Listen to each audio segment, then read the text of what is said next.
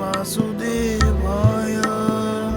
Om Namo Bhagavate Vasudevaya. Om Namo Bhagavate Vasudevaya. Om Namo Bhagavate Vasudevaya. Om Namo Bhagavate Vasudevaya. Om Namo Bhagavate Vasudevaya. Om Ajnanatimirandasya Jnananjana Shalakaya Chakshurunmilitam Jena Tasmai Shri Guruve Namaha. Guruve Gaurachandraya Radhikaya Tadhaline Krishnaya Krishna Bhaktaya Tadbhaktaya Namo Namah. Hi there, yeah, welcome back. This video we're going to be talking about Chaitanya Mahaprabhu.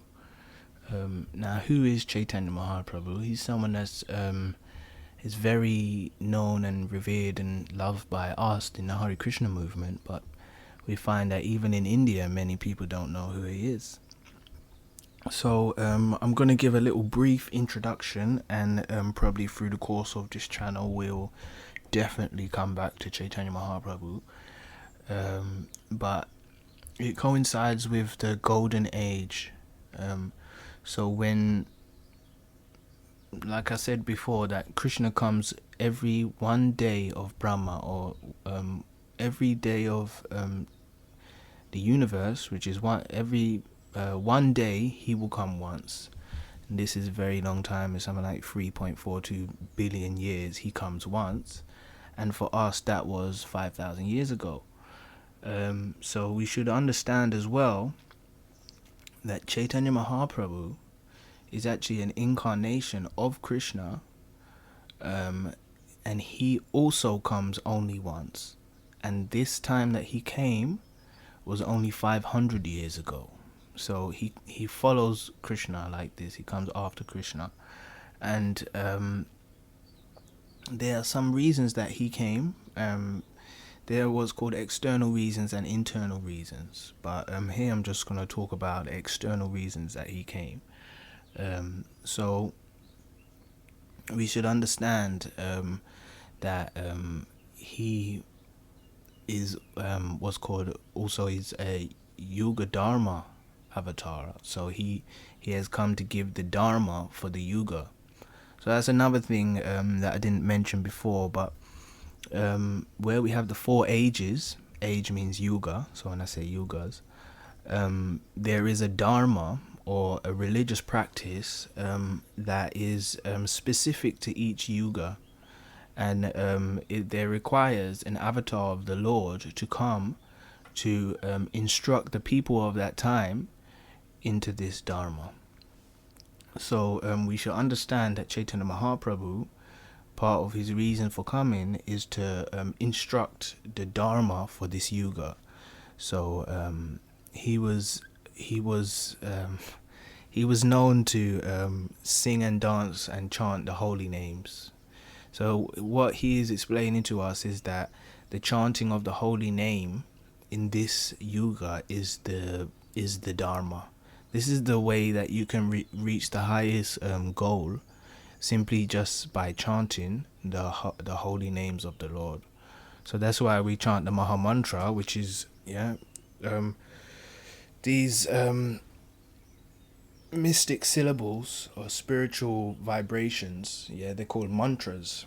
And even the Christian prayers and all the prayers that we would also consider them a mantra, because mantra means divine syllables. So we chant. He has also recommended to us this, to chant the Maha-Mantra, the great mantra, the Hare Krishna, Krishna Krishna, Hare Hare, Hare Ram, Ram Ram, Hare Hare. So we use this mantra, we utilize this mantra. There are many other mantras you can choose, but we recommend this one. And he actually recommended this one. Initially, he was looking in the Vedas and he found a very obscure verse, which is very difficult to find in one Purana, that explains by chanting this mantra in this age, we will get the highest benefit of the spiritual world. And so then he started to chant. And there's a lot about his life and etc. that I won't be able to cover fully here, but I will just give a little rundown. So he incarnated into the land of Navadvip, which is in West Bengal, and he's still very much revered there today. And he incarnated there on a day which is normally inauspicious. So on certain days which is inauspicious, the spiritual people in the town stay up all night and chant the holy names. So he decided that he would come in a day when everyone is chanting the holy names. So he was born on the full moon day, the Purnima, and he came and he had a very golden complexion, and his the pastimes that he had many pastimes growing up. And he first was a scholar, coming from a priestly family. He was a scholar. He was studying Sanskrit, and he would outsmart everybody. Yeah, he would also say arguments that no one could make an argument against, and then he would defeat his own argument and he would do this many times. And then at some point he left his town and went to Bodh Gaya, where he became initiated into Vaishnavism, the spiritual path of the Vedas. And then at that time there was a sort of revolution in his life where he was always chanting the holy names, and he continued to live there in Navadvip for some time. And then he went on his travels, and he met many people. He collected many Vedas. He had some disciples, 6 disciples only, and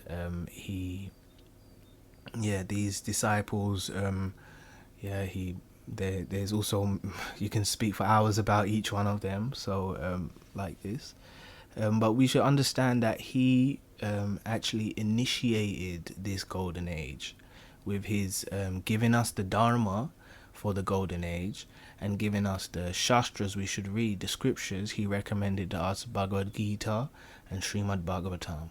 Yeah, and also we can read about him, Chaitanya Mahaprabhu, in the Chaitanya Bhagavat and Chaitanya Charitamrita. So these our basic path, our path that was that we follow, it was more or less formulated by him when he went by Chaitanya Mahaprabhu. And we should understand that this is a very big part of the golden age. So he is also called, because of the color of his skin, he is called the golden avatar. So I think that's a nice place. Okay, so I'm just gonna leave it there, and if there's any questions, just hit me up.